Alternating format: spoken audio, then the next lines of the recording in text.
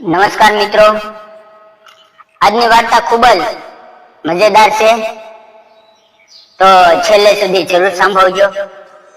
એક સુંદર મહિલા પોતાની 6 મહિનાની બાળકીને લઈને હોસ્પિટલની બહાર બેસીને રડી રહી હતી. ડોક્ટરે તેની પાસે પૈસા ન હોવાથી તેની બાળકીને હોસ્પિટલમાં દાખલ કરી નહોતી. તેની આંખોના આંસુઓમાં લાચારપણું અને દુઃખ સ્પષ્ટ દેખાતું હતું. એ પળ મારું દિલ પીઘળી ગયું. હું તેની પાસે ગયો અને તેની મદદ કરી. ઈલાજ માટે પૈસા આપ્યા અને પછી એને મારા ઘેર કામ ઉપર રાખી લીધી. એક સાંજે અમે બંને વાતો કરી રહ્યા હતા. મેં તેનો હાથ મારા હાથમાં લીધો અને પછી કંઈક એવું બન્યું. નમસ્કાર મિત્રો, જો તમે ચેનલ ઉપર નવા હો તો પ્લીઝ સબસ્ક્રાઇબ કરજો અને એક લાઈક પણ કરજો. મિત્રો, મારું નામ હેમંત છે. હું એક કોલેજમાં પ્રોફેસર છું. મારી ઉંમર 37 વર્ષની છે. મારા એક સગા હોસ્પિટલમાં દાખલ હતા. હું તેમને જોવા માટે હોસ્પિટલમાં ગયો હતો. જ્યારે હું તેને મળીને પાછો આવી રહ્યો હતો તો હોસ્પિટલના ઇમરજન્સી ગેટની બહાર નીકળતો હતો ત્યારે અચાનક એક એવું દ્રશ્ય મેં જોયું કે મારા રોંગટા ઊભા થઈ ગયા. લગભગ 27-28 વર્ષની એક યુવતી તેની 6-7 મહિનાની નાની બાળકીને ગોદમાં લઈને જોર જોરથી રડી રહી હતી. તે ત્યાંના ડોક્ટરને વિનંતી કરી રહી હતી, મારી બાળકીને દાખલ કરી લો. મારું બાળક બેભાન થઈ ગયું છે. મારી પાસે અત્યારે પૈસા ઓછા છે, પરંતુ હું કાલે લઈને આવીશ. તેના અવાજમાં બે ઉત્સાહિત, આંખોમાં આંસુ અને બાળકના નિષ્ક્રિય શરીરે મારા દિલને હલમચાવી નાખ્યું. પરંતુ ત્યાંના ડોક્ટરો અને કર્મચારીઓને તેની વાત સાંભળતા જ નહોતા. એમને કોઈની જિંદગી કરતા પણ પૈસા વધારે મહત્વના લાગતા હતા. મને ખૂબ ખરાબ લાગ્યું. મનમાં વિચાર આવ્યો, આજકાલ માણસને ફક્ત પૈસાની જ તલબ છે. કોઈની જાન બચાવવાની કિંમત કોઈને નથી. હું તે યુવતીને એક તરફ લઈ ગયો અને પૂછ્યું, શું થયું? મને કહો, હું તમારી મદદ કરું છું. તે રડતા રડતા બોલી, સાહેબ, મારી દીકરીને 2 દિવસથી તાવ આવે છે. તેનું શરીર તપે છે અને આજે સવારથી તે બેભાન છે. મારા ઘરની હાલત ખૂબ ખરાબ છે. હું એક વિધવા છું અને એકલી જ રહું છું. કૃપા કરીને મારી દીકરીને હોસ્પિટલમાં દાખલ કરાવી આપો. હું મારું મંગળસૂત્ર વેચીને કાલે પૈસા આપી દઈશ. તેની વાતોએ મારા દિલને ઊંડે સુધી અડી લીધું. હું તરત જ તેને ડોક્ટર પાસે લઈ ગયો અને બાળકીને દાખલ કરવાનું કહ્યું. પછી મેં એટીએમ માંથી 7,000 રૂપિયા કાઢીને ડિપોઝિટ જમા કરાવી.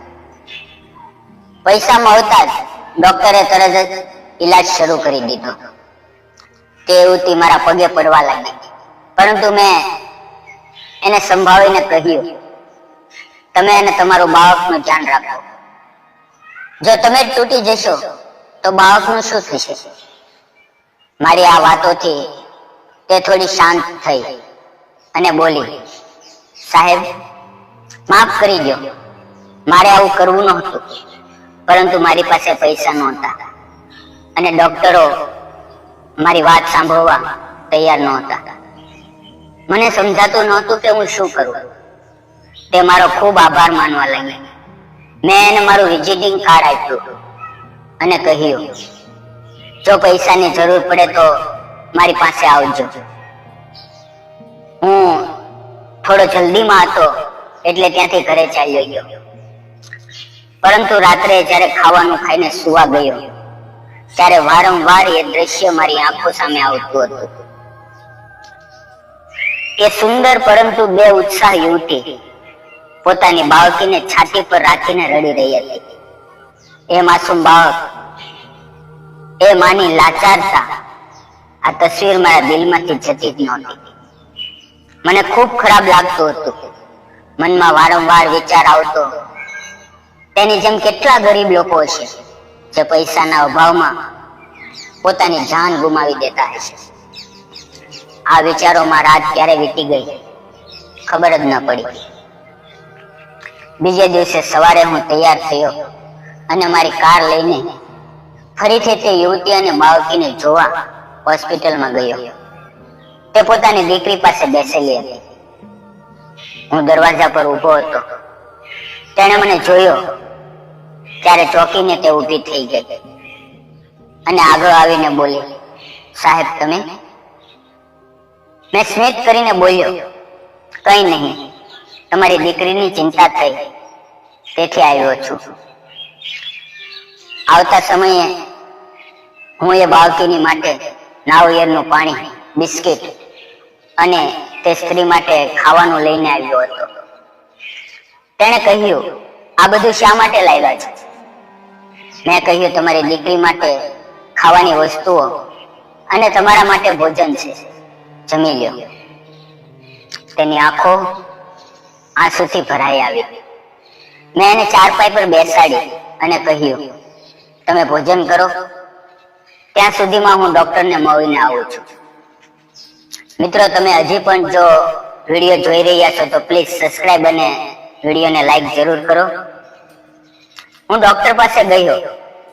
તેમણે કહ્યું, બાળકીને ન્યુમોનિયા થયો છે, પરંતુ ઈલાજ ચાલી રહ્યો છે, થોડું ધ્યાન રાખવું પડશે. મેં સ્પષ્ટ કહ્યું, ડોક્ટર સાહેબ, પૈસાની બિલકુલ ચિંતા ન કરશો, બાળકીને સારી થવી જોઈએ, જેટલા પણ પૈસા લાગશે હું આપીશ. ડોક્ટરે હા કરી. હું પાછો બાળકીને જોવા ગયો.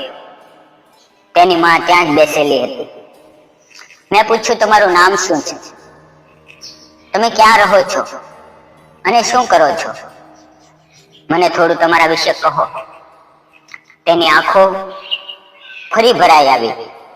તે બોલી, મારું નામ આશાવરી છે.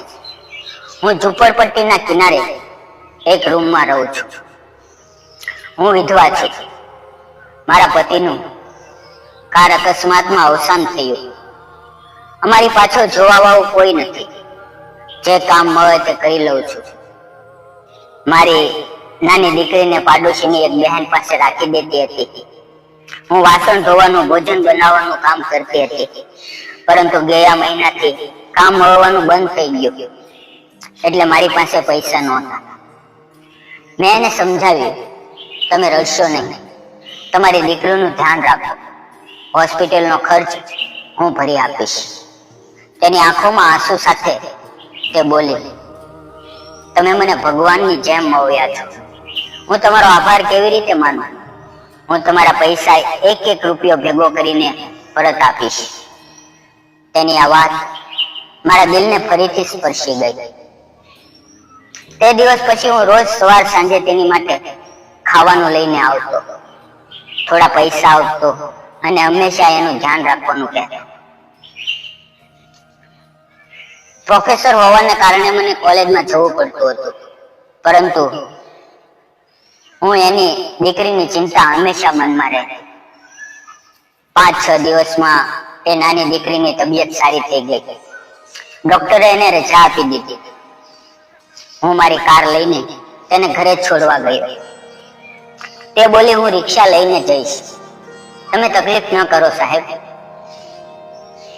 હું સ્મિત સાથે બોલ્યો, કોઈ વાંધો નહીં, હું જ તમને તમારા ઘરે મૂકી દઉં છું. અમે તેની ઝૂંપડપટ્ટીમાં પહોંચ્યા. ત્યાંની ગંદકીથી ભરેલી ગલીઓ જોઈને મને ગુસ્સો આવ્યો. ત્યાં ન સાફ હવા, ન પાણી અને ન તો મૂળભૂત સુવિધાઓ હતી. લોકો એમ છતાં પણ જીવે છે. આ જોઈને મારું દિલ વધુ પીગળી ગયું. તે સમયે મને અનુભવ થયો કે આ દુનિયામાં ઘણા લોકો છે જે મુશ્કેલ પરિસ્થિતિઓમાં પણ જીવવા માટે સંઘર્ષ કરે છે અને કોઈની નાની મદદ પણ તેમની માટે આખી જિંદગીની યાદગીરી બની જાય છે.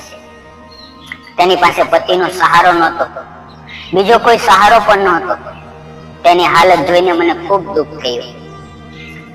મેં ધીમા સ્વરે પૂછ્યું, તમે આવી ગંદી જગ્યાએ કેમ રહો છો? તેની આંખોમાં આંસુ આવી ગયા અને તે બોલી, શું કરીએ સાહેબ, હાલતે આવા દિવસો બતાવ્યા છે.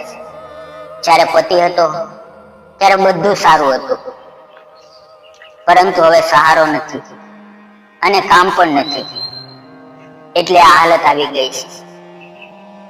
તેના શબ્દોમાં જે બે ઉત્સાહી હતી તે મારું દિલ ચીરી ગયું. મેં તરત પૂછ્યું, શું તમે મારા ઘરે કામ કરશો? તેની આંખોમાં એક જુદી જ ચમક આવી ગઈ અને તેણે તરત હા કરી. મેં પૂછ્યું, કેટલા પૈસા લેશો? તે આંસુ પોછતા બોલી, સાહેબ, તમારા મારા ઉપર ઘણા ઉપકાર છે. હું પૈસા નહીં લઉં, બસ મને અને મારી દીકરીને ખાવાનું આપી દેજો, બીજું કંઈ જ નથી જોઈતું. અને મારી દીકરી મોટી થઈ જાય તો તેના ભણતરનો ખર્ચ ઉઠાવજો. મારી જિંદગીમાં બીજું કંઈ નથી જોઈતું. તેની આ વાત સાંભળતા મારું દિલ ફરીથી તૂટી રહ્યું. હું કાંઈ પણ બોલ્યા વગર ગાડી ચાલુ કરી અને કહ્યું, તમારો જે સામાન લઈને આવો, અત્યારે આપણે મારા ઘરે જઈશું. થોડી વારમાં તેણે પોતાનો થોડો સામાન ડિક્કીમાં મૂક્યો અને હું તે અને તેની દીકરી એમ ત્રણેય મારા ઘરે પહોંચી ગયા. મારો મોટો બંગલો જોઈને તે ચોંકી ગઈ. તેને વિશ્વાસ જ નહોતો આવી રહ્યો કે તે આવી સુંદર સ્વચ્છ જગ્યાએ રહી શકે છે. ઘરની સજાવટ, ફર્નિચર, દરેક વસ્તુને તે આશ્ચર્ય અને આનંદથી જોઈ રહી હતી. મેં એને રસોડું બતાવ્યું અને રહેવા માટે જુદો ઓરડો આપ્યો. પછી તે નિયમિતપણે સૌ માટે ભોજન બનાવતી. તેના હાથનું બનાવેલું ખરેખર ભોજન લાજવાબ હતું. 2-3 દિવસ પછી એક સાંજ જ્યારે અમે બંને એકલા જ ભોજન કરી રહ્યા હતા ત્યારે તેણે પૂછ્યું, સાહેબ, હું જોઉં છું કે તમે ઘેર એકલા જ રહો છો, તમારે ઘેર મેમ સાહેબ નથી? તેનો સવાલ સાંભળીને મારી આંખોમાં આંસુ આવી ગયા. મેં શાંતિથી કહ્યું, તમારી જેમ મારી પણ એક પત્ની હતી, માધવી. 7-8 વર્ષ પહેલા અમારા લગ્ન થયા હતા. જિંદગી આનંદમાં ચાલતી હતી. અમે બંને એકબીજાને ખૂબ પ્રેમ કરતા હતા, પરંતુ પ્રસૂતિના સમયે તે અને બાળક બંને જ ચાલ્યા ગયા. ત્યાર પછી મેં નક્કી કરી લીધું કે ફરી લગ્ન નહીં કરું. મારી આ વાત સાંભળીને આશાવરીનું પણ ગળું ભરાઈ આવ્યું. તે ધીમેથી બોલી, સાહેબ, માફ કરજો, તમને દુઃખ આપવાનો મારો ઈરાદો નહોતો.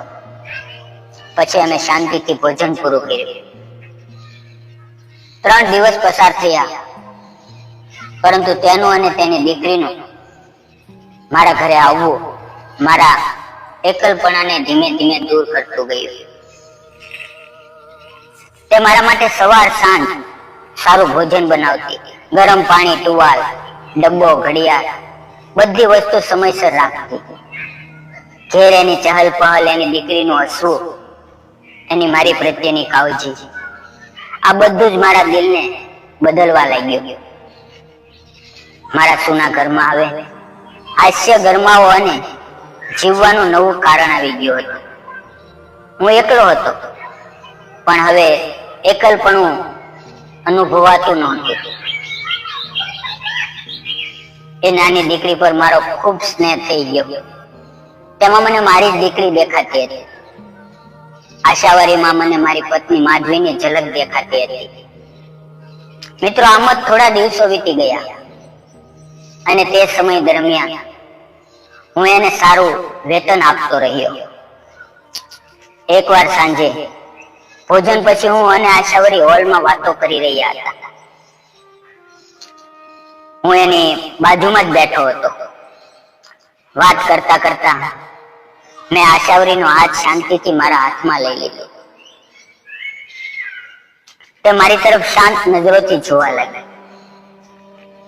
મેં ધીમેથી કહ્યું, આશાવરી, મને તું ખૂબ ગમવા લાગી છું. તારો સ્વભાવ અને તારા મનની સાદગી બધું જ ખૂબ સુંદર છે. મને તારાથી પ્રેમ થઈ ગયો છે. શું તું મારી સાથે લગ્ન કરીશ? મારી આ વાત સાંભળીને આશાવરીની આંખોમાં આંસુ આવી ગયા. તે ભાવુક થઈને બોલી, તમારા જેવા માણસ મળવો નસીબની વાત હોય છે. મને પણ તમે ખૂબ સારા લાગો છો.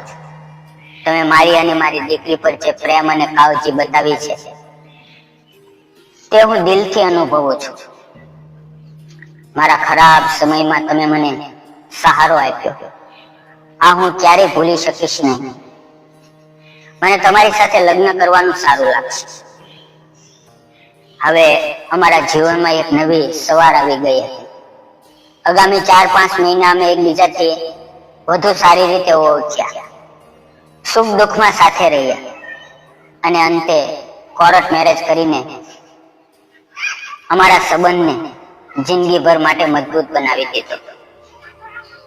હવે હું, આશાવરી અને અમારી નાની દીકરી ત્રણેય પ્રેમ અને ખુશીથી ભરેલી જિંદગી જીવી રહ્યા છીએ. અમારું ઘર સુખ અને સંતોષથી ભરેલું છે. ક્યારેક જિંદગીમાં આપણને એવો માણસ મળી જાય છે જે આપણું આખું જીવન બદલી નાખે છે. સંબંધ લોહીનો ન હોય તો પણ દિલનું બંધન ખૂબ મજબૂત હોય છે. આશાવરી અને તેની નાની દીકરીને મેં ફક્ત મદદ કરી હતી, પરંતુ બદલામાં મને એક પરિવાર, એક પ્રેમાળ પત્ની અને એક દીકરી મળી. મિત્રો, સહારો, વિશ્વાસ અને પ્રેમથી કોઈ પણ જિંદગી સુંદર બની શકે છે. યાદ રાખજો, કોઈના ખરાબ સમયમાં આપેલો સાથ તેની જિંદગીનો સૌથી મોટી ભેટ હોય છે. તો વિડીયો કેવો લાગ્યો કોમેન્ટ જરૂર કરજો અને પ્લીઝ સબસ્ક્રાઇબ કરવાનું ભૂલશો નહીં. ધન્યવાદ મિત્રો.